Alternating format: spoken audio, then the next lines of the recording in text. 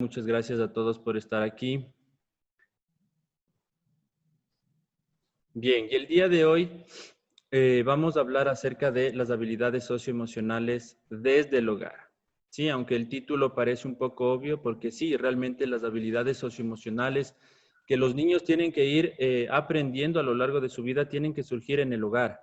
Es en el hogar donde les vamos a dar todas estas herramientas para poder desenvolverse adecuadamente en los diferentes medios sociales donde van a interrelacionarse nuestros niños y nuestras niñas, sea en la escuela, sea a nivel familiar, en el barrio, en el conjunto, donde vivan, donde se desarrollen.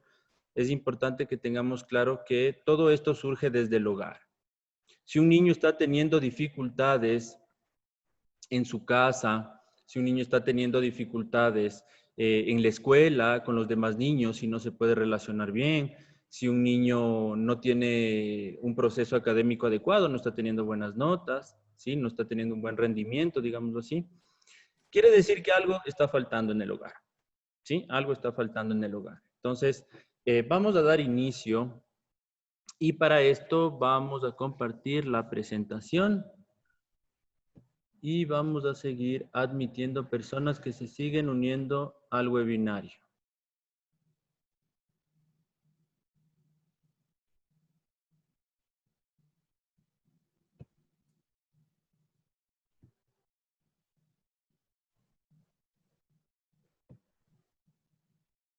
Bien.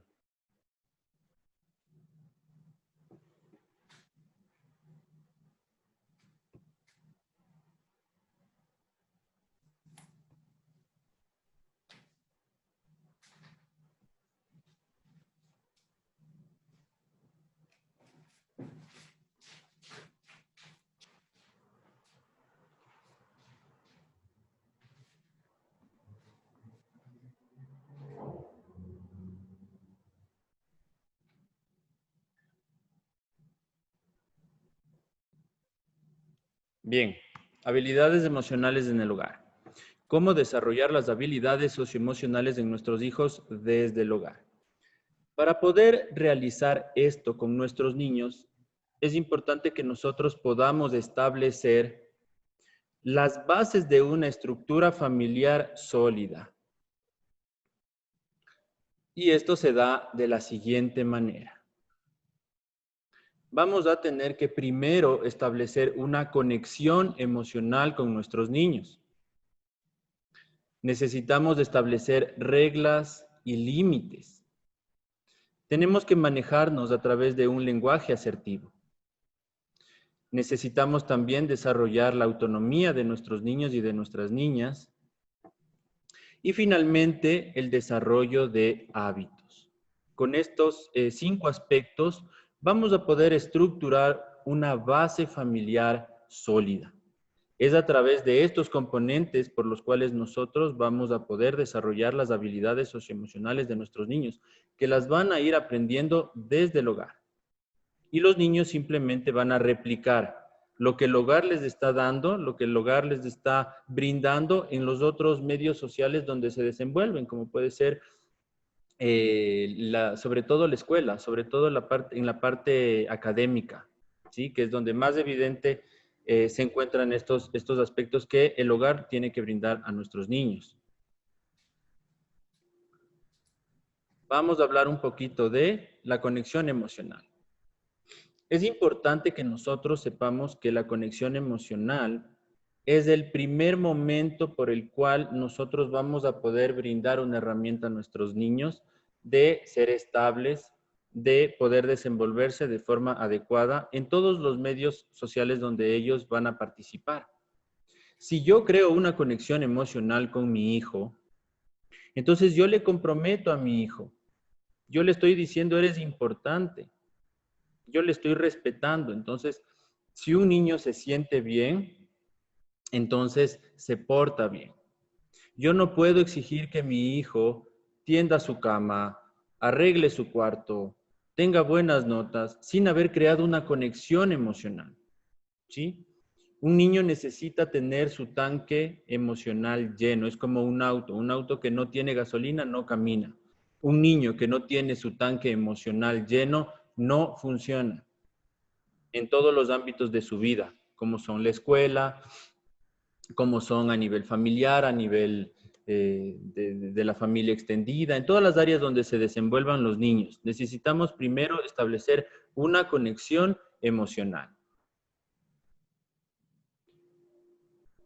Regálenme un segundito para seguir admitiendo.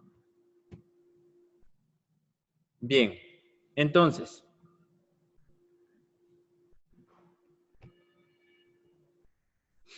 hablar con sus hijos a su nivel. Es muy importante que nosotros podamos adaptar el lenguaje y no solo el lenguaje verbal, sino también el lenguaje gestual, ¿sí? Que podamos adaptar al nivel de nuestros niños. Nosotros tenemos que ser claros cuando hablamos con ellos, ¿sí? No podemos hablar de manera muy técnica o muy general. Nosotros tenemos que ser claros en las indicaciones que les damos a nuestras niñas y a nuestros niños y qué esperamos de ellos. De igual manera, el lenguaje gestual tiene que ser a su nivel. Es importante que yo físicamente me baje al nivel de mi niño, de mi niña, y pueda crear un contacto visual. Cuando yo creo un contacto visual con mi niño, le estoy diciendo, eres importante. Le estoy diciendo, me importas. Le estoy diciendo, esta situación es importante. Nosotros dos somos importantes. Y en ese momento, automáticamente el niño tiene una sensación de compromiso, una situación de compromiso con la indicación que yo le estoy dando. ¿Sí? Muchas veces somos muy generales con nuestros niños. Y cuando estamos en alguna situación, por ejemplo, estamos comiendo en la mesa, ¿sí? Y nuestro niño o nuestra niña está gritando y no queremos que haga eso. Entonces, lo primero que le decimos es, pórtate bien. Pero el niño, ¿qué entiende comportarse bien? ¿Realmente sabe qué es portarse bien? ¿Es bajarse, sentarse, irse al cuarto? ¿Qué es portarse bien? Entonces nosotros como adultos tenemos que primero delimitar bien el lenguaje. No tengo que ser tan general. Cuando hablo con mi niño, con mi niña, tengo que decirle, Pedrito, Juanita, no hablamos en la mesa, no gritamos. Es un momento de comer, es un momento tranquilo, nos sentamos. Entonces ahí estoy siendo claro con mi hijo. Le estoy diciendo cómo son las cosas. Y no estoy siendo tan general de decirle, pórtate bien. No va a entender. Al menos al principio no va a entender. Entonces, el lenguaje adaptado a los niños y a las niñas hace mucho más fácil esta conexión emocional. Jugar con nuestros niños. Es muy importante que nosotros sepamos que jugar con nuestros niños no necesariamente es una situación de distracción, de pasar un momento ameno, ¿sí?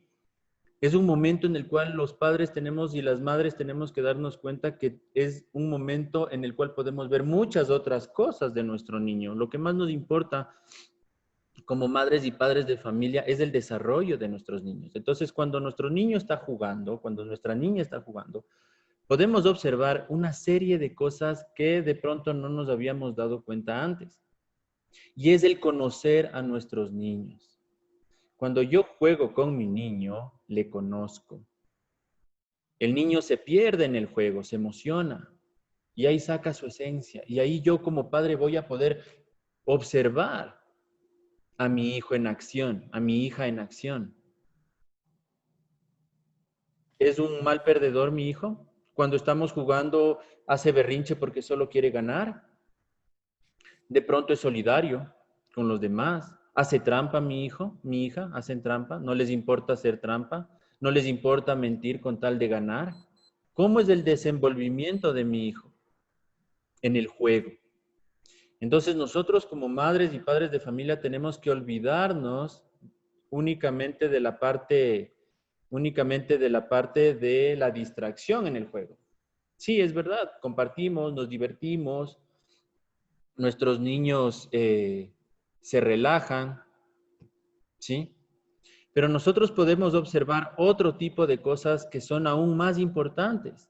Y es cómo es la esencia de nuestro niño a la hora de jugar. Entonces nosotros como adultos, porque somos los maestros de estos niños, de estas niñas, somos sus guías, somos las personas que les enseñan cómo funciona el mundo. Entonces nosotros somos los que tenemos que tener esta doble intención en el juego. No solo el jugar, sino el conocer a mi hijo en el juego. Observar cómo es su desenvolvimiento, cómo se siente, cómo participa, qué acciones tiene. En esta época en la cual están creciendo los niños, ¿no? Están construyendo y estableciendo sus estructuras mentales. Si yo no juego con mi hijo, no le conozco. Y si no le conozco, él puede estar estructurando psíquicamente una serie de cosas que después yo me doy cuenta cuando he sido adolescente. Resulta que mi hijo o mi hija desde chiquitos en el juego mentían, hacían todo por ganar, no les importaba, no tenían una guía. Entonces es muy importante que nosotros tengamos bien claro esto, para que nosotros podamos observar a nuestros niños, a nuestras niñas, en su desenvolvimiento en el juego y poder hacer las debidas correcciones conductuales. Bien, vamos a continuar y vamos a reconocer y arreglar los conflictos propios, ¿sí? ¿Qué quiere decir esto? Que nosotros como adultos tenemos una serie de problemáticas en nuestras vidas, ¿sí? Que tenemos que resolverlas, que tenemos que reconocerlas y resolverlas para que éstas no influyan en nuestros niños. Nosotros tenemos responsabilidades, tenemos estrés, tenemos ansiedad por una serie de cosas, pero mi hijo no tiene la culpa de mis problemas, entonces no puedo transmitirle a mi hijo. Y arreglar los conflictos propios no quiere decir que deje de tener deudas o problemas económicos o X razones por las cuales yo pueda tener estrés o ansiedad, sino simplemente tener claro que mi hijo no tiene por qué vivir este estrés, no tiene por qué estar sufriendo mi malestar. ¿Sí? Entonces, eso es muy importante que nosotros podamos tener claro para que nuestros hijos, nuestros niños, nuestras niñas no estén viviendo nuestro estrés. Luego nos preguntamos y nos preocupamos, mi hijo está ansioso, pero ¿por qué estar ansioso? Nosotros como adultos somos el mundo de ellos. Si nosotros estamos bien, para ellos el mundo está bien. Cuando los niños son pequeños no tienen una noción muy clara del mundo afuera. Un adulto se puede dar cuenta que el mundo entero puede estar en una situación conflictiva. Los niños no. Si mi mamá, si mi papá me dice que las cosas están bien, pues todo está bien. Entonces, si nosotros podemos manejar esta situación, pues vamos a tener niños mucho más tranquilos, mucho más relajados. Y de esta forma estamos construyendo esta conexión emocional, que es el motor de que el niño funcione bien. Si el niño no tiene esta primera conexión emocional, si no tiene su tanque emocional lleno, con afecto, con palabras de afirmación, con momentos de juego con nosotros, difícilmente va a tener un desenvolvimiento adecuado en otras áreas, sobre todo en la parte escolar, académica. Bien.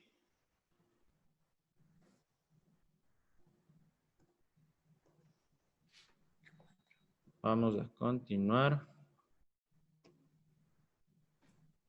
y vamos a admitir un par de personas más al webinar.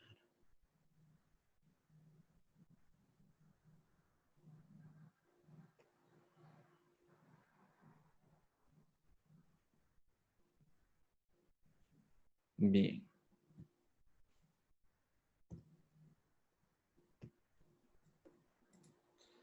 Expresar sus emociones.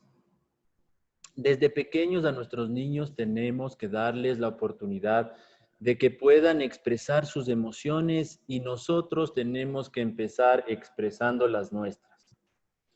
¿Cómo nuestro hijo, nuestra hija va a aprender a expresarse si primero nosotros no decimos nada? Todo viene desde el hogar. El primer círculo social de cualquier ser humano es su familia, es el núcleo. Entonces, sin familia, papá y mamá no se expresan emocionalmente, difícilmente el niño lo va a hacer. Nosotros primero tenemos que aprender a expresar nuestras emociones y nuestros sentimientos con nuestros niños. Y ellos simplemente lo van a replicar. Es muy importante expresar nuestras emociones primero antes que nuestros niños. Y obviamente tenemos que darles a ellos la oportunidad de expresarse emocionalmente. Si mi niño, si mi niña me dicen, me pasa esto, me pasa lo otro, entonces yo tomarles con toda la seriedad del caso, con toda la seriedad del asunto, para que ellos se sientan motivados, para que ellos sientan que lo que ellos quieren expresar es importante. A mi padre, a mi madre les interesa saber lo que a mí me pasa. Entonces ellos van a contar lo que a ellos les está sucediendo de aquí en adelante. Hay papitos y mamitas que se topan con que su hijo de 15 años tiene problemas, pero no les quiere contar. ¿Por qué? En la adolescencia hay dificultades, ¿no? ¿Por qué no nos quieren contar las cosas nuestros hijos, nuestras hijas? Porque en un momento inicial no les motivamos a que ellos expresen sus emociones y sus sentimientos. No les dimos de importancia o les juzgamos cuando quisieron hacerlo. Entonces, ¿cómo queremos que ahora que son adolescentes nos cuenten las cosas? Ya no nos quieren contar. Van a confiar más en el amigo, en la amiga, pero ya no en nosotros. Igual nuestros hijos de 10, 12 años, nuestras niñas de 10, 12 años cuando están en la escuela y pueden tener dificultades de que están siendo acosados, de que están viviendo un bullying, por ejemplo. Y nos avisa la profesora de que está teniendo estas dificultades. ¿Nosotros qué hacemos? Pero ¿cómo no me dices, hijito? No nos dice porque en un primer momento no le dimos la oportunidad de abrirse, de expresarse, de contarnos las cosas. Entonces es muy importante expresar nuestras emociones para que ellos puedan expresarlas y cuando ellos quieran expresarnos sus emociones, darles toda la apertura, darles toda la apertura. Así ellos nos van a contar sus cosas y así parezcan insignificantes. Nosotros no podemos pensar que son insignificantes. Nosotros tenemos que pensar como adultos que estamos construyendo este pilar de esta conexión emocional. Y en el futuro, nuestro hijo, nuestra hija, cuando tengan 10 años, van a venir donde nosotros y nos van a decir, papi, mami, ¿sabes qué? Alguien me está molestando en la escuela y es feo y quiero que me ayudes. ¿Qué es lo que nosotros esperamos como padres? Cuando tengan 15 años y estén en la adolescencia, nos van a decir, ¿sabes qué, mami? ¿Sabes qué, papi? En la escuela en el colegio me están ofreciendo drogas. Y nosotros vamos a poder asesorarles de forma adecuada, siempre y cuando hayamos establecido esta primera conexión emocional.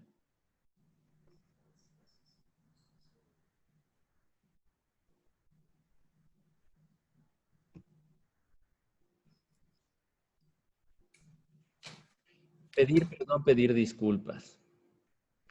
Este es un aspecto que tenemos que tener en cuenta en el sentido de que la vieja escuela de educación familiar nos decía que los padres tenían que mostrarse, las madres y los padres tenían que mostrarse perfectos. Entonces los argumentos de nuestros padres eran, o de padres anteriores, de nuestros abuelos, era, lo haces porque te digo y punto, porque soy tu padre. Sí, a nosotros ya nos criaron un poquito más flexible, pero a nuestros padres les criaron con el correazo, con el chirlazo, con el y punto, porque soy tu padre. ¿Qué es lo que sucede? Que los niños cuando van creciendo, lo que diga papá y mamá es la verdad absoluta. Pero cuando entran en la adolescencia, todas las conexiones nerviosas, su cerebro, tiene un crecimiento importantísimo y acelerado. Y se dan cuenta que papá y mamá no han sido perfectos. Se dan cuenta que mamá y papá han sabido mentir, han sabido tener sus defectos. Entonces, si es que papá y mamá desde un inicio no aprenden a pedir disculpas, pedir perdón cuando se han equivocado y a corregir, entonces hay la clásica rivalidad entre los hijos y los padres en la adolescencia. Hay la rebeldía. Porque digo yo como adolescente, mi papá, mi mamá no han sido honestos, no me han dicho las cosas como eran, han sabido mentir y me decían que eran perfectos. Entonces es muy necesario que nosotros como padres desde un inicio les enseñemos a nuestros hijos que sí, nosotros nos podemos equivocar. Sí, nos podemos equivocar. Pero asimismo, como nosotros nos podemos equivocar, también podemos y sabemos pedir perdón, disculpas y rectificar nuestros errores. Entonces nuestros niños, nuestras niñas van a interiorizar el hecho de que yo puedo corregir mis errores. Porque luego las personas nos acostumbramos a solo negar las cosas y no a pedir disculpas, no a corregir nuestros errores. Bien, entonces estos son los 5 pasos con los cuales yo puedo establecer una conexión emocional, que es el primer momento para desarrollar estas habilidades socioemocionales, estas herramientas para relacionarme bien con los demás que son todas las personas a mi alrededor, papá, mamá, hermanos, compañeros de trabajo, compañeros de escuela, de colegio, con todos los demás. Entonces yo como padre, desde el hogar voy a fomentar estas habilidades, pero hay un trabajo que hacer. Un trabajo que tenemos que hacer padres y madres. Ser padre, ser madre no es una situación solo natural, es una situación de aprendizaje, de conocimiento, de crecimiento.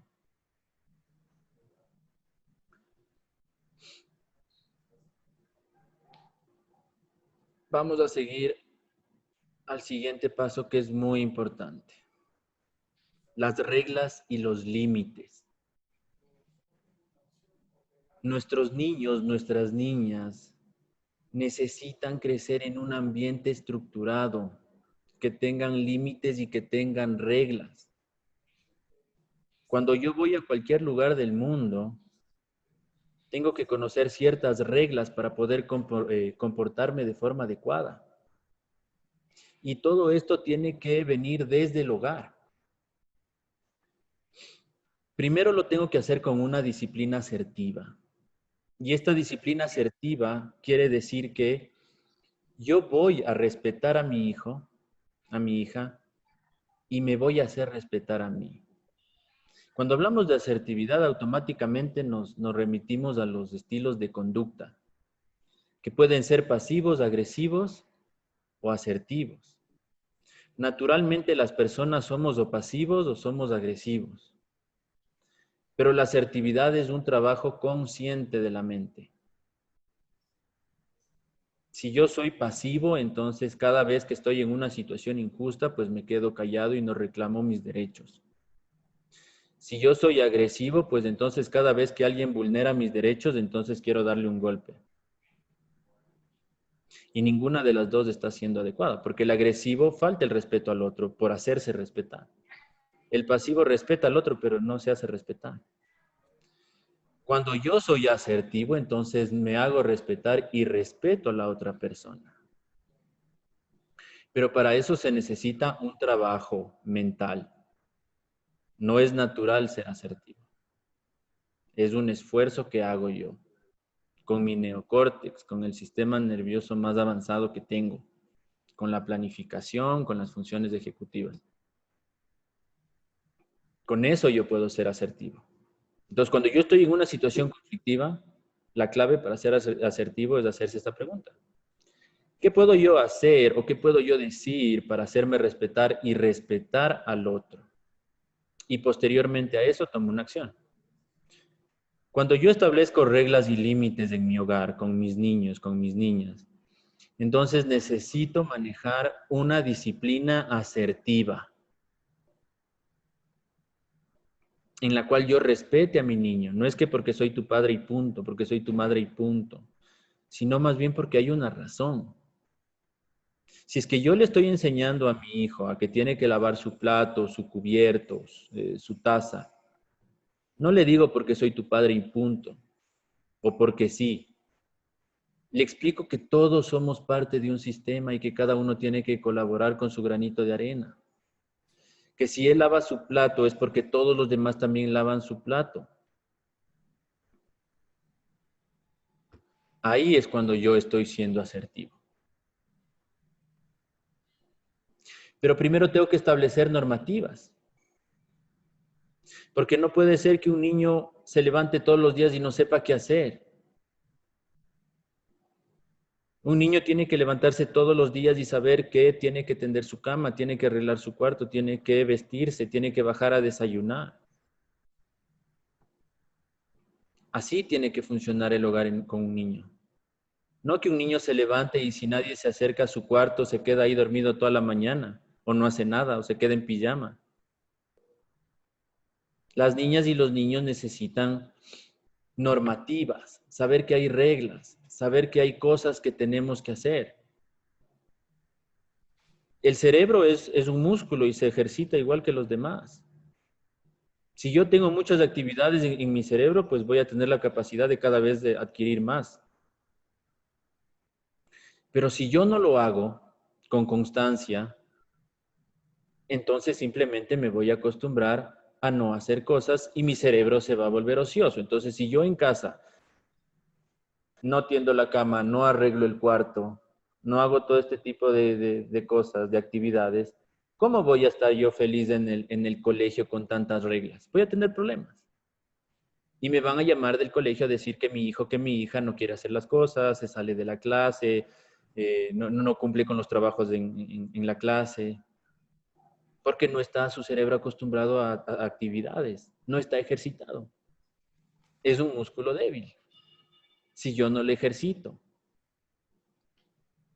Entonces es muy importante que nosotros como padres y como madres podamos establecer normativas en el hogar.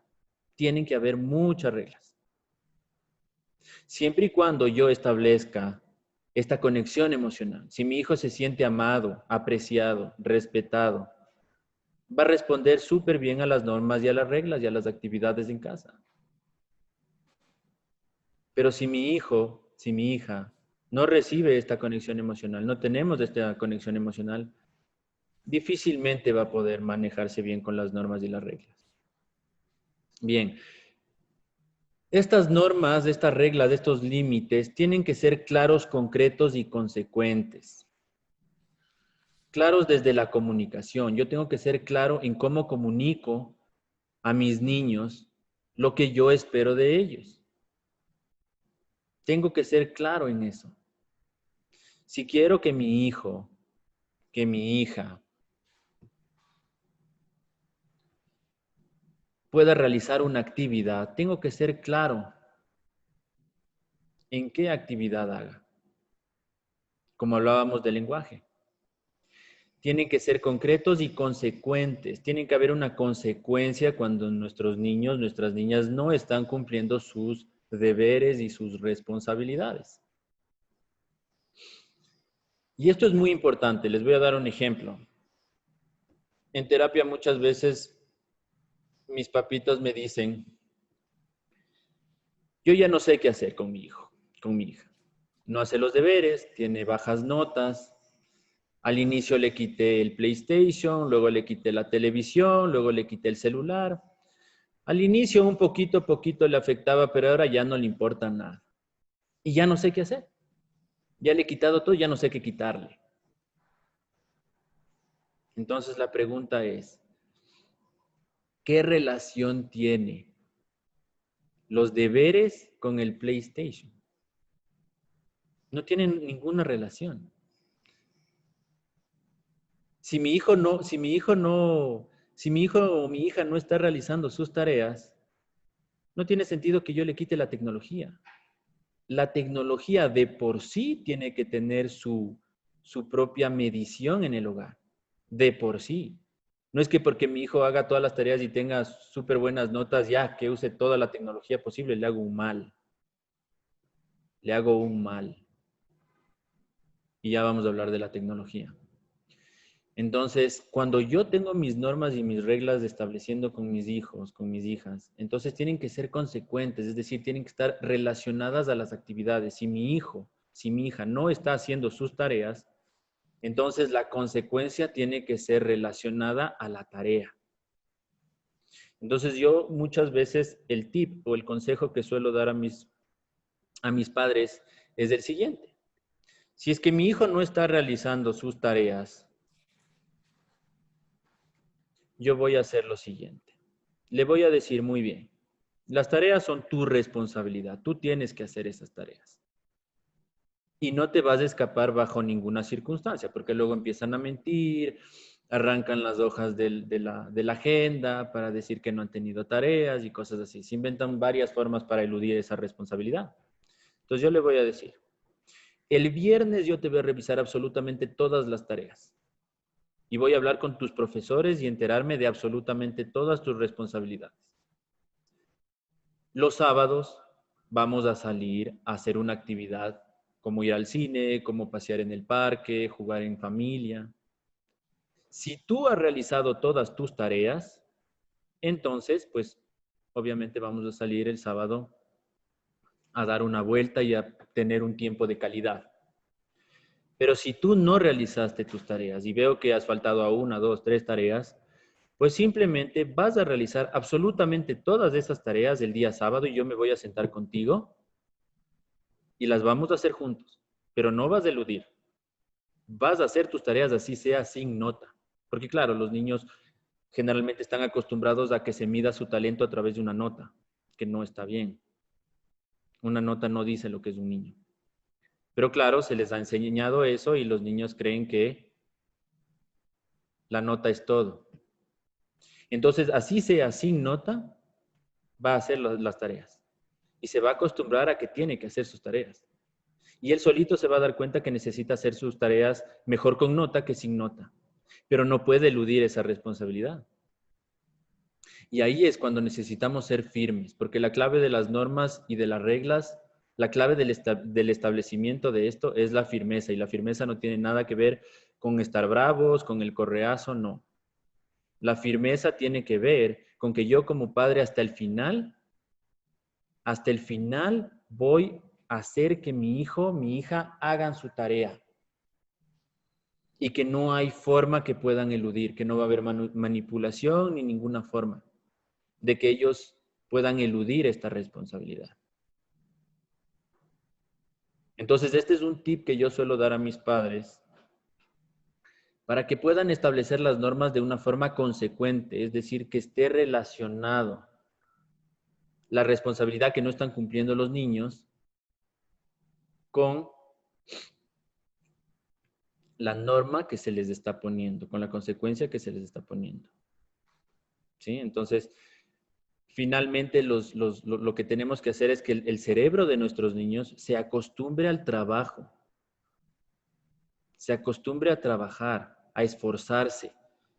Y ahora viene lo de la tecnología. ¿Por qué la tecnología no es positiva en el desarrollo de los niños? En su totalidad.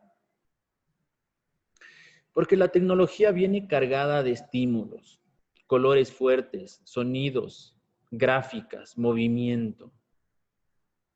Y permite que el cerebro, o más bien dicho, al cerebro le da todo ya hecho. El cerebro no tiene que hacer ningún trabajo. Entonces el cerebro de un niño que pasa en tecnología se vuelve ocioso, se vuelve vago. Cualquier otra actividad mental ya le cuesta mucho. Cuando yo era niño, que me pongan una hojita para pintar me parecía maravilloso, súper entretenido y relajante. Ahora les damos una hojita para pintar a un niño y ya no le gusta, le parece cansado, porque claro, se pasa en las aplicaciones del celular donde hay un montón de sonido, gráficas y el cerebro no tiene que hacer nada. Entonces, mucho ojo con la tecnología. La tecnología no es para que hagan las cosas. No es que porque no me haces esto, entonces te quito el celular o la tablet. La tecnología solita tiene que estar regulada. Solita tiene que estar regulada. Si yo estoy viendo una imagen, mi cerebro no tiene que imaginarse absolutamente nada, porque ya me están dando la imagen, el color, el movimiento, el sonido.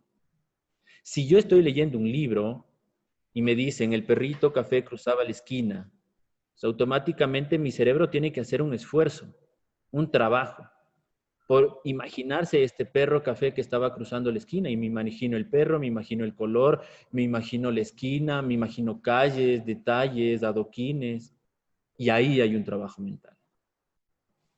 Por eso hay que fomentar la lectura, no la tecnología. Es verdad, la tecnología ahorita, eh, por las circunstancias que estamos viviendo, la tecnología se ha vuelto una situación increíblemente fuerte, pero no perdamos el foco del asunto. Bien. Vamos a continuar y vamos a pasar al siguiente tema. El lenguaje asertivo. ¿Cómo yo me comunico asertivamente con mis hijos y con mis hijas? ¿Cómo yo me puedo comunicar asertivamente? Primero, vamos a escuchar sin anticipar juicios. Tenemos que darnos el tiempo de escuchar a nuestros niños. Posteriormente a eso podemos tomar una acción. Pero primero vamos a escuchar sin juzgar. Segundo, valoremos lo que nos dicen nuestros niños.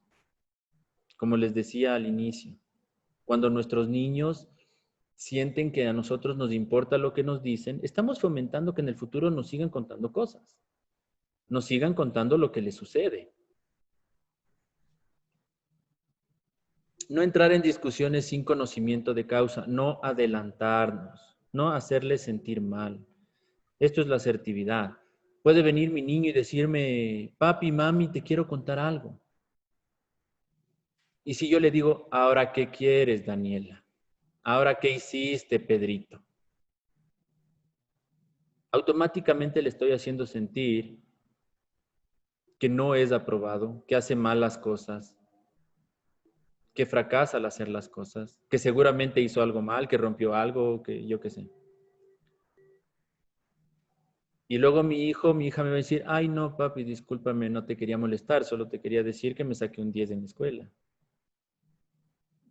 Y yo ya le bajoneé totalmente. Le hice sentir mal, desaprobado. Entonces es muy importante que nosotros tengamos en cuenta esto. Escuchemos primero, tengamos paciencia. Preguntar si hace falta. Es importante que nosotros preguntemos a nuestros niños. Nos acercamos y preguntamos, ¿sí? Para que ellos nos puedan contar sus cosas. No tengamos miedo de preguntar. Muchas veces lo que nos sucede a los padres es que solo cuando hay problemas preguntamos qué les pasa. Y cuando no hay problemas, ¿qué también estará pensando mi hija y mi hijo? No, siempre hay que preguntar. Siempre tenemos que mantenernos en una comunicación activa. Bien. Vamos a interpretar sin juzgar, ¿sí? Respetar la libertad del otro, captar el sentimiento del otro y ponerse en su lugar, lo que es una empatía. Nosotros como adultos, como dice el dicho, el adulto se olvidó que fue ternero. Nosotros tenemos que ser empáticos con nuestros niños, cómo ellos se sienten, en su tamaño físico, en su tamaño mental, acercarnos a ellos. Obviamente un niño de 10 años no puede resolver sus conflictos como un adulto de 30 años. Entonces nosotros como adultos no podemos hacerle sentir que es obvio que puede resolver sus problemas. No necesariamente. Entonces ser empáticos con ellos. Cuando hable, utilizar los mensajes yo en lugar de los tú. Para fomentar la empatía, es importante que nosotros les hagamos sentir de alguna forma a nuestros niños cómo se siente una situación. Supongamos que la profesora de nuestro niño nos está diciendo que mi hijo o mi hija están haciendo bullying en el colegio. Ellos son los agresores. Ellos son los que están acosando a los demás. Entonces, nosotros, ¿cómo podemos hacer para que ellos sientan empatía por el otro? Porque si yo solo le juzgo y le digo, eso no se hace, porque eres malo, no seas así. Lo único que estoy logrando es que en ese momento él se sienta mal y con esa misma frustración al otro día va a molestar más a sus compañeros. Porque cuando un niño hace bullying quiere decir que se está sintiendo mal y está desfogando ese sentimiento negativo que él tiene, esa frustración consigo mismo, con los demás. Pero si yo me acerco y le digo, muy bien, me han contado en la escuela que tú estás molestando a tal niño y le estás haciendo sentir mal. Yo me hubiera puesto muy triste si me decían ese apodo. Yo me hubiera sentido muy mal si me empujaban delante de todos. Entonces, automáticamente mi niño, mi niña van a imaginarse a su padre, a su madre en esa situación y van a decir, no, ¿cómo yo pude hacer algo así? Entonces, ahí es cuando yo estoy fomentando la empatía. Cuando yo puedo lograr que mi hijo o que mi hija se den cuenta de cómo fue el sentir de la otra persona. Y ahí yo estoy ahí yo estoy fomentando la empatía en mi hijo, en mi hija. Bien.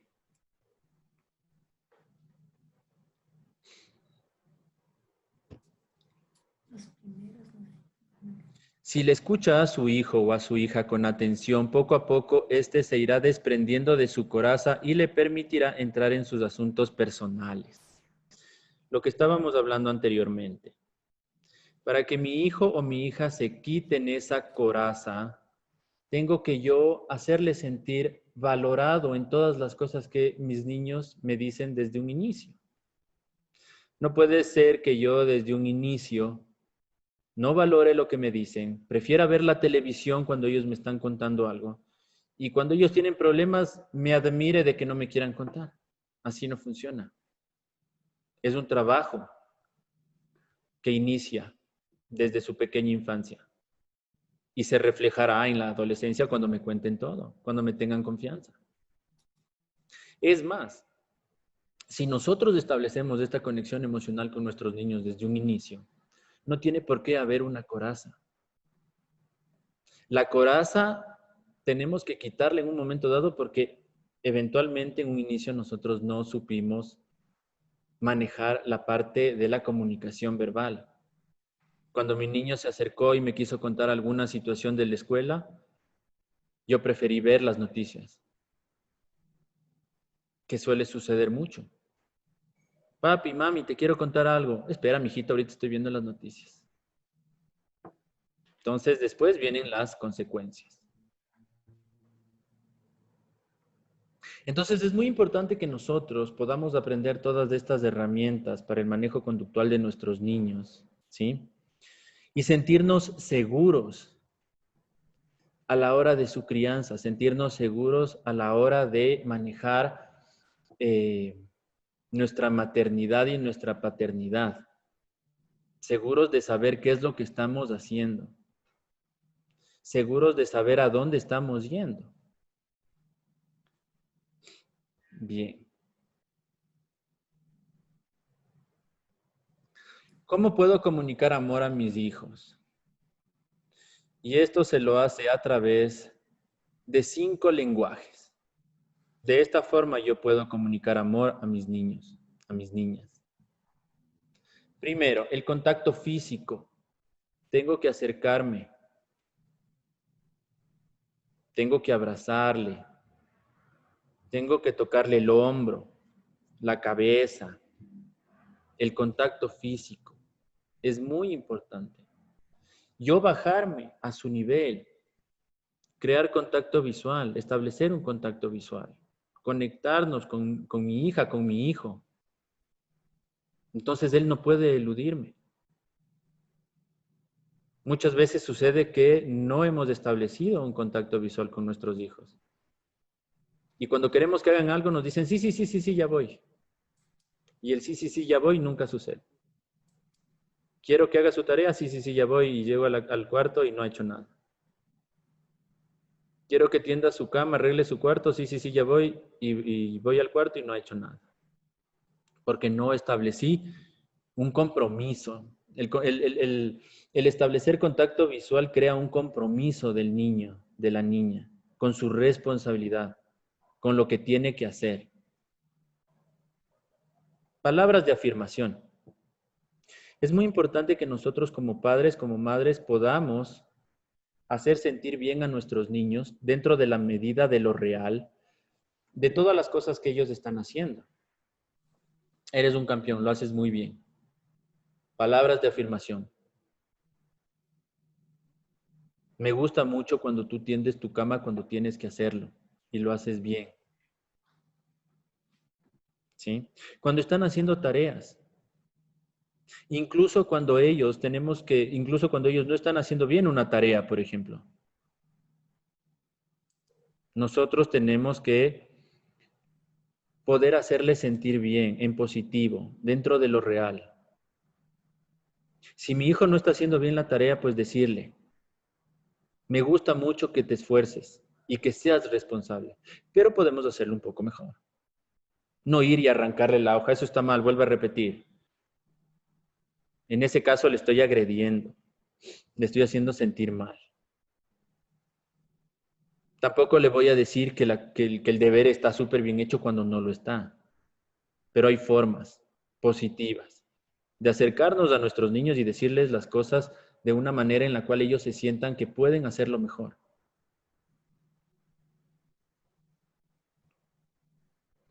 Tiempo de calidad. Como habíamos hablado anteriormente, el juego es de doble propósito. El juego no es solo para tener un momento de ocio y relajación o pasarla bien. Nosotros como adultos tenemos que tener siempre la doble intención, es decir, jugar con nuestros niños y pasarla bien, pero también pensar en que voy a observar la conducta de mi hijo. Voy a observar la conducta y de acuerdo a eso hacer los ajustes conductuales. Si mi hijo se frustra mucho al perder, si no le gusta perder, entonces yo tengo que hacer los ajustes. Cuando mi hijo miente en los juegos por ganar o hace trampa, algo está pasando y ya está estableciendo sus estructuras. Actos de servicio. Es importante que podamos ser flexibles. Si mi hijo o mi hija tienen sus actividades predeterminadas, entonces nosotros podemos también en algún momento dado, si uno de mis hijos, nosotros mismos nos enfermamos, por ejemplo, ¿qué le podamos reemplazar? Los actos de servicio. Sí, hijo, tú tenías que lavar los platos, pero estás enfermito, yo lo hago ahora.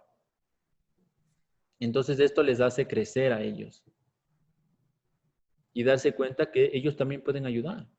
Y cuando nosotros estemos enfermos, pues ellos se van a acercar y nos van a decir, y yo te hago, papi, yo te hago, mami. Los regalos. Los regalos que son necesarios básicamente son navidades y cumpleaños. No es necesario que les llenemos a nuestros niños de objetos materiales. Lo único que nuestros niños necesitan es el afecto, el amor, la comprensión. Poder satisfacerles en sus necesidades. Pero sus necesidades no son objetos materiales. Sus necesidades es que puedan tener un buen desarrollo, una buena evolución, tanto a nivel biológico, social y psicológico. Eso es lo que ellos necesitan. Esas son sus necesidades. Si estamos atendiendo eso, no es necesario tanto juguete. Pero obviamente tienen la ilusión del cumpleaños, de la Navidad, hasta Día del Niño máximo. Pero más no es necesario. Y cuando nosotros como padres estamos llenando de juguetes a nuestros niños, es probable que nosotros también estemos manifestando un sentimiento de culpa, porque pueden haber muchas razones por las cuales yo siento que no estoy siendo un buen padre. Entonces quiero compensar con lluvia de juguetes. Pero la lluvia de juguetes le entretiene un rato y el niño ya no le interesa. Bien.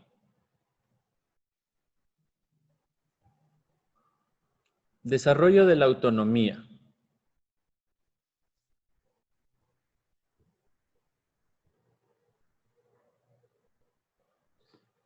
Es muy importante que nosotros podamos desarrollar la autonomía de nuestros niños. Un profesor mío siempre decía, ¿cómo yo observo que un niño está bien en su desarrollo a simple vista, sin conocer tanto al niño? Y es porque es independiente. Si yo observo un niño que es independiente, entonces automáticamente se me viene a la cabeza que es un niño que está bien en su desarrollo. La autonomía. La autonomía fomenta la autoestima. Cuando un niño es independiente, cuando un niño está cumpliendo sus hitos del desarrollo, entonces se siente bien, desarrolla su autoestima, se siente mejor, se siente apto, se siente capaz. Cuando un niño ya controla esfínteres, cuando un niño ya se viste solo, ya se baña solo. Entonces ahí el niño desarrolla su autoestima por su autonomía, porque es independiente, se siente capaz en relación a los demás. Entonces, dentro de estas 5 bases de la estructura familiar sólida está el desarrollo de la autonomía. Tenemos que permitir que nuestros hijos puedan, nuestras hijas puedan hacer las cosas solos, que sean independientes, que no necesiten tanto de nosotros, que no estén a cada rato, mami, esto, papi, esto. No, que ellos puedan ser independientes. Nosotros, obviamente, estar ahí para asesorarles, para ayudarles, pero no para darles haciendo las cosas. Muchas veces sucede que nosotros como padres y madres nos estamos adelantando a sus necesidades. Entonces, estamos diciéndoles, ¿ya tienes hambre? ¿Ya tomaste agüita? ¿Tienes sed? Toma agüita. Toma agüita, has de tener sed. Cómete esto. Has de estar con hambre. Hace frío, toma tu chompa. Y no les dejamos ser autónomos. No les dejamos que sientan frío para ponerse la chompa. No les dejamos que tengan hambre para que pidan comida. No les dejamos que tengan sed para pedir agua. Entonces, ¿qué es lo que sucede? Que llegan los 25 años y dicen, muy bien, papi, ya acabé la universidad, ¿ahora qué hago? Porque les dijeron toda la vida que hacer. Entonces, es muy importante poder fomentar la autoestima a través de una autonomía. Que ellos emprendan sus proyectos, sus cosas. Pero si desde chiquitos se les dejó equivocarse, fallar, hacer sus cosas solos y solitos levantarse. Desarrollar sus capacidades. La autonomía permite que un niño se dé cuenta de que es capaz de hacer muchas cosas. ¿Cómo yo sé cuál es la capacidad de alguien? Intentando cosas. No puedo yo decir que alguien es capaz de algo si es que no lo he tratado o no lo he intentado. Hay niños que no se sabe cuáles son sus capacidades porque los papás les dan haciendo todo. No sé realmente si un niño puede ser muy bueno en alguna materia porque el papá le va cubriendo en todo. Porque es porque el papá le va haciendo todo.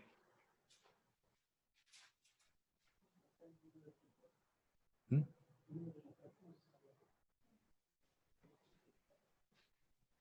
Entonces es muy importante esto. Actitud de responsabilidad. Los niños que tienen que tener automotivación. Los niños no pueden estar pensando siempre en que porque mi mamá me va a dar un PlayStation voy a hacer esto. Porque mi papá me va a dar un celular nuevo, entonces voy a hacer esto.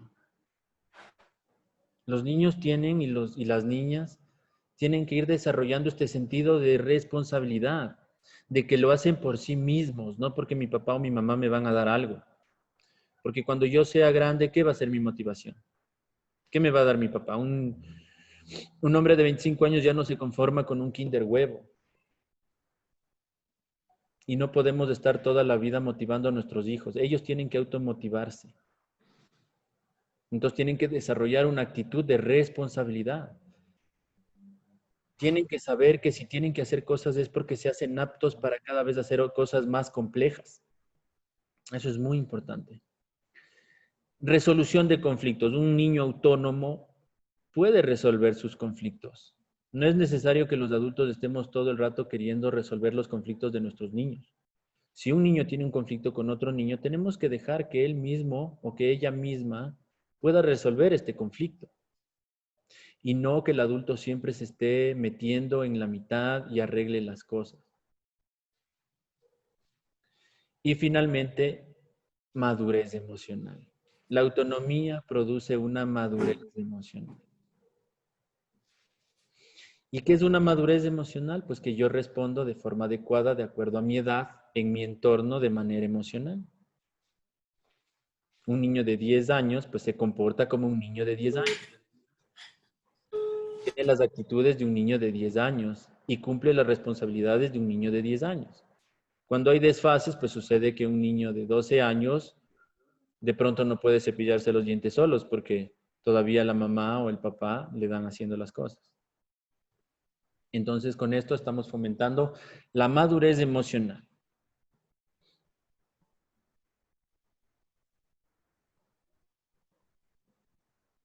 Continuamos.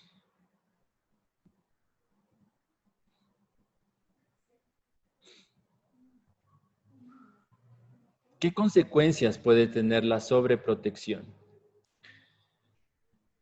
En estos momentos vivimos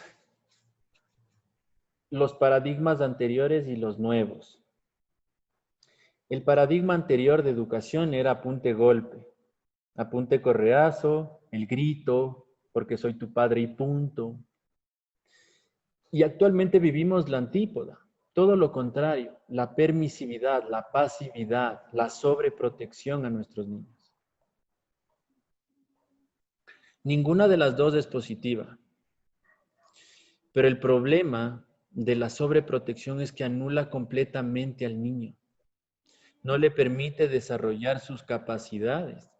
Por eso es un maltrato. Por eso es una forma de maltrato infantil. Porque no le estoy permitiendo madurar, crecer, desarrollar sus capacidades.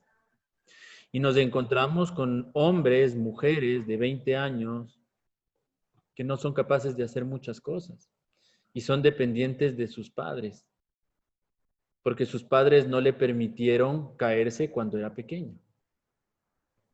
Cuando son pequeños tenemos que permitir que nuestros niños se caigan, que nuestros niños aprendan. Entonces, cuando crezcan, van a poder medir el peligro. Es como cuando un niño chiquito está caminando, está en el proceso de perfeccionar la caminata. Y nosotros dejamos que se pueda tropezar. Entonces él mide el peligro, sabe que duele y cada vez tiene más cuidado. Y está creciendo de forma adecuada, normal.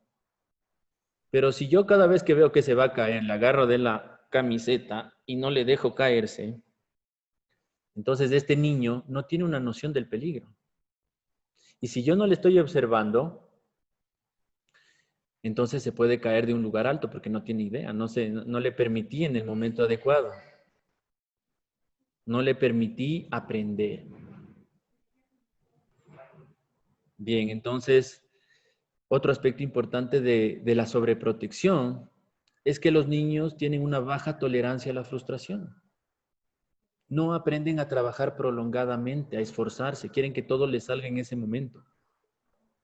Porque papá y mamá les da haciendo las cosas. Entonces, cuando están en casa, papá y mamá suplen todas sus necesidades. El niño está en su situación completa de confort. Si tiene hambre, tiene el sanduchito más delicioso. Si tiene sed, le dan el juguito más rico. Si quiere esto, tiene. Si quiere lo otro, tiene. Entonces, ¿qué es lo que sucede? Que cuando va a la escuela y en la escuela nadie suple sus necesidades, sino se tiene que foguear con los demás niños y es uno más del montón, entonces viene el sufrimiento. Viene el sufrimiento porque me tengo que esforzar y no estoy acostumbrado a esforzarme. Entonces automáticamente vienen las dificultades y nos llaman del colegio, de la escuela. Y Pedrito y Juanita no quieren hacer las cosas, se molestan, se frustran, baja tolerancia a la frustración. Quieren que todo les salga rápido, perfecto, como en casa les dan haciendo. Entonces es importante que podamos permitir a nuestros niños, a nuestras niñas,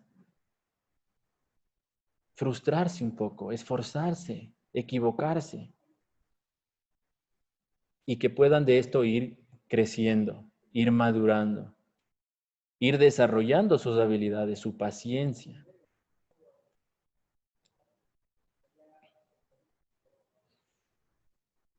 Bien.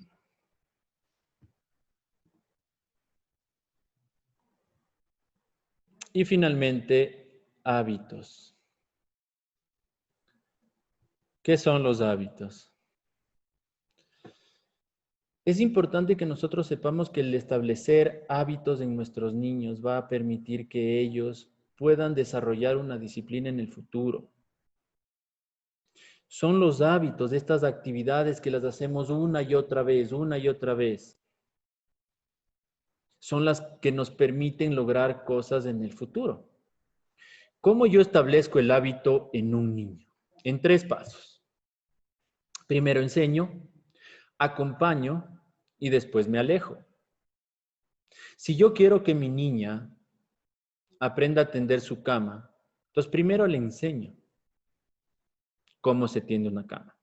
Luego le acompaño, es decir, lo hacemos juntos. Y después dejo que ella haga sola. Y después de eso, pues le motivo para que haga 1 día, 2 días, 3 días y se convierta en un hábito. Un hábito es el de tender la cama, cepillarse los dientes, hacerse el desayuno, diferentes actividades. Hoy por hoy, si nosotros contamos, tenemos una serie, una N cantidad de hábitos que nos permiten tener una vida adecuada. Es un montón de hábitos, levantarse temprano, también, ¿no es cierto? Son una serie de hábitos las que nos permiten, si nos ponemos a pensar nosotros como adultos, son una serie de hábitos lo que nos permite poder tener un estilo de vida adecuado. Pero ¿qué pasa si yo a mi hijo o a mi hija no le ayudo a establecer hábitos en su vida? Se le va a hacer muy difícil disciplinarse. Se le va a hacer muy difícil lograr cosas. Entonces, desde pequeños, hábitos, desde los más sencillos, e ir en escalonada hacia hábitos más complejos. Hoy por hoy no podemos vivir sin cepillarnos los dientes 3 veces al día. Sin embargo, en un momento dado en nuestra infancia, pues fue todo un aprendizaje. Así funciona.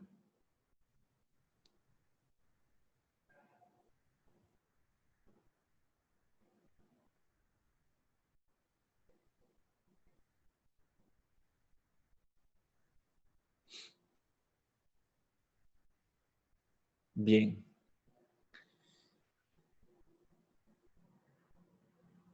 Y ahora vamos a hablar un poquito del manejo del estrés y la ansiedad en casa.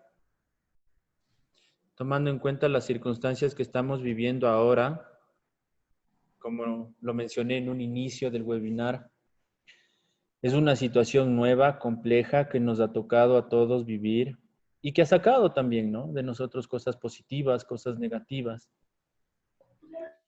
Y obviamente en este proceso, pues nuestros niños están absorbiendo nuestro estrés, nuestros miedos, nuestras ansiedades. Entonces es necesario que nosotros podamos manejar esto, podamos manejar este estrés, esta ansiedad de nuestros niños que están viviendo y que lo están absorbiendo de nosotros. Como lo mencioné anteriormente, para nuestros niños el mundo es lo que nosotros les digamos lo que es. Si nosotros les decimos que todo está bien, pues ellos van a sentir que todo está bien y van a creer que todo está bien. Si nosotros les decimos que todo está mal o están percibiendo en nosotros miedos, estrés, ansiedad, automáticamente ellos van a tener lo mismo. ¿Cuál es la sintomatología de los niños con ansiedad? Pues es muy similar a la de los adultos, tomando en cuenta ciertas limitaciones.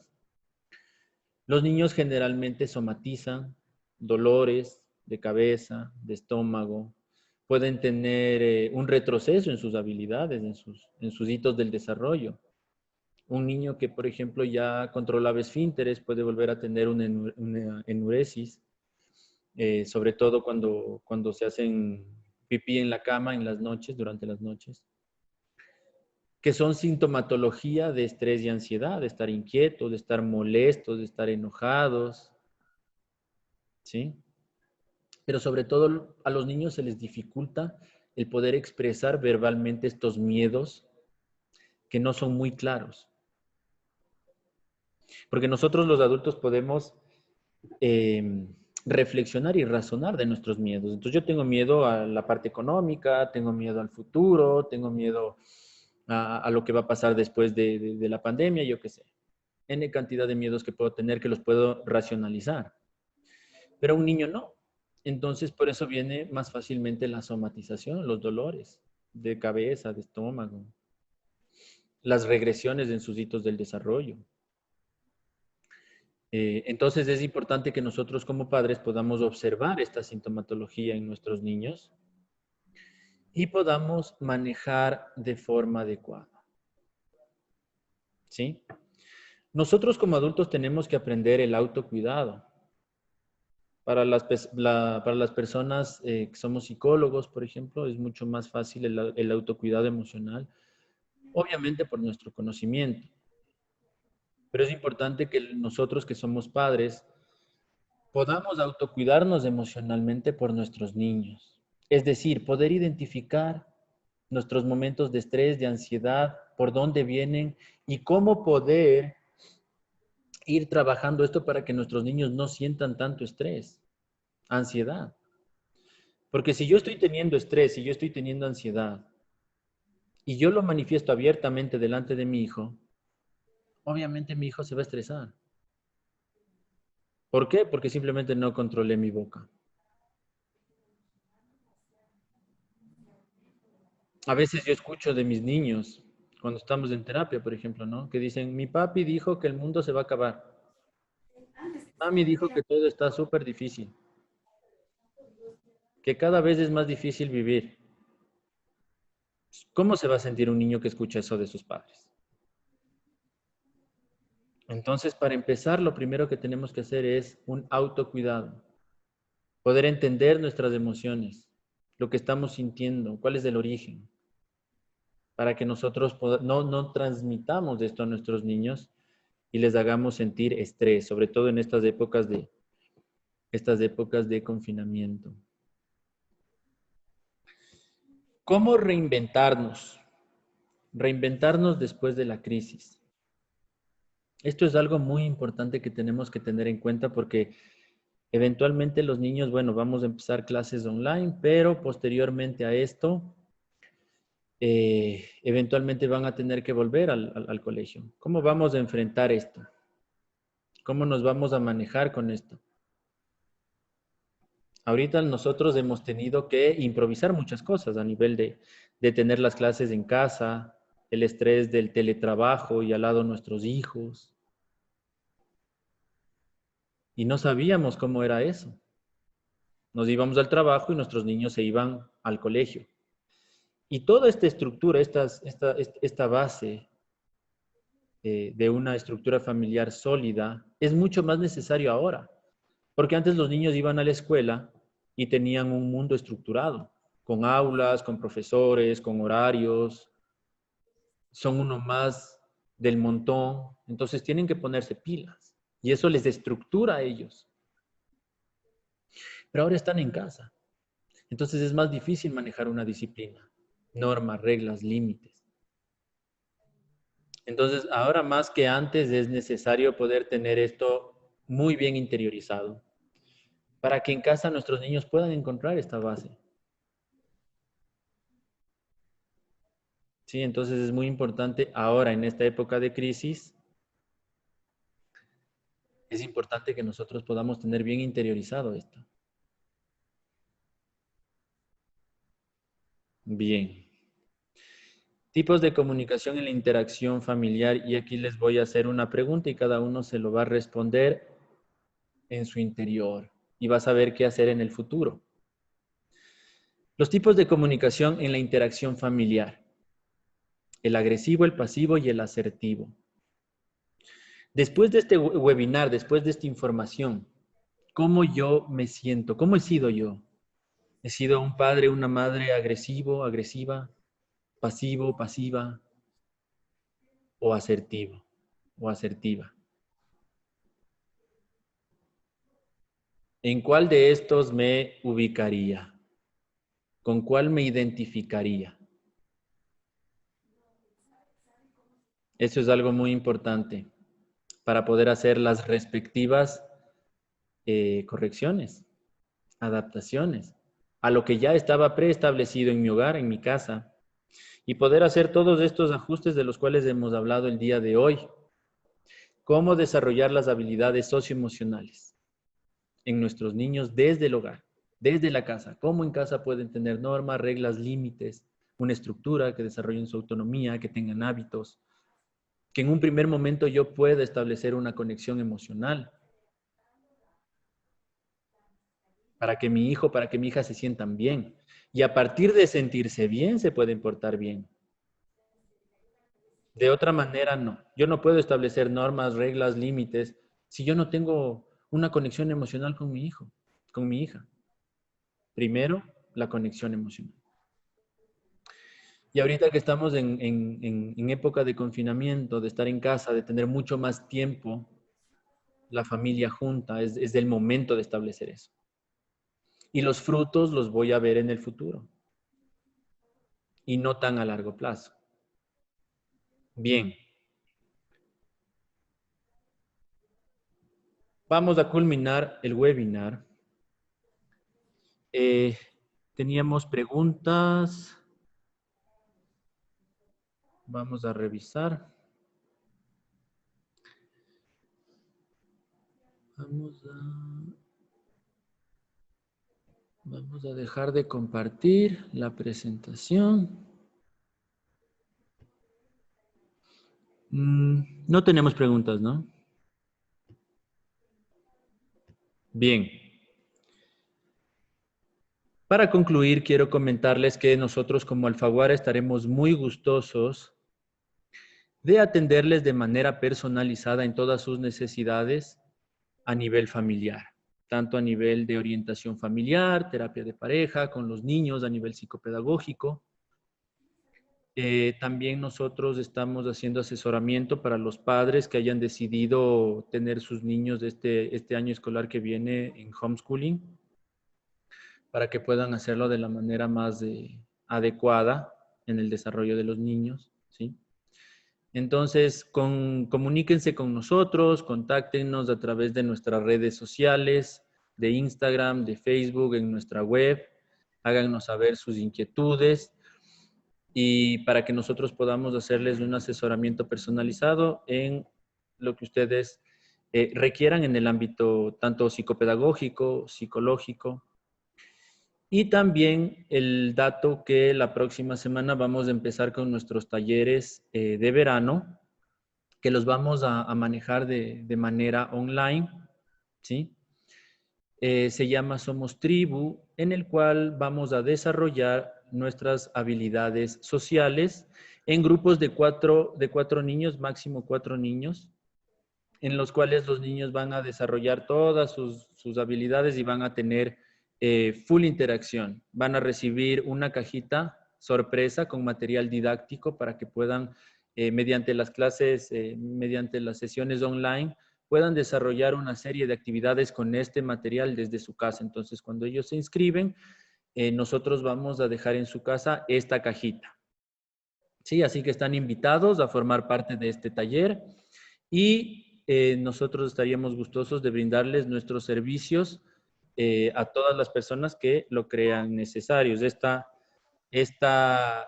Este webinar lo hemos grabado, así que lo vamos a subir a nuestras redes sociales para que lo puedan volver a ver en el caso que quieran o también en el caso que ustedes crean que alguien más podría verlo y le puede ayudar. Entonces va a estar este webinar, va a estar en las redes sociales. Sin más, agradeciéndoles a todos ustedes su compañía. Vamos a dar finalización a este webinar y nos vemos en el próximo webinar que les vamos a comunicar a través de nuestras redes sociales cuando hagamos otro nuevo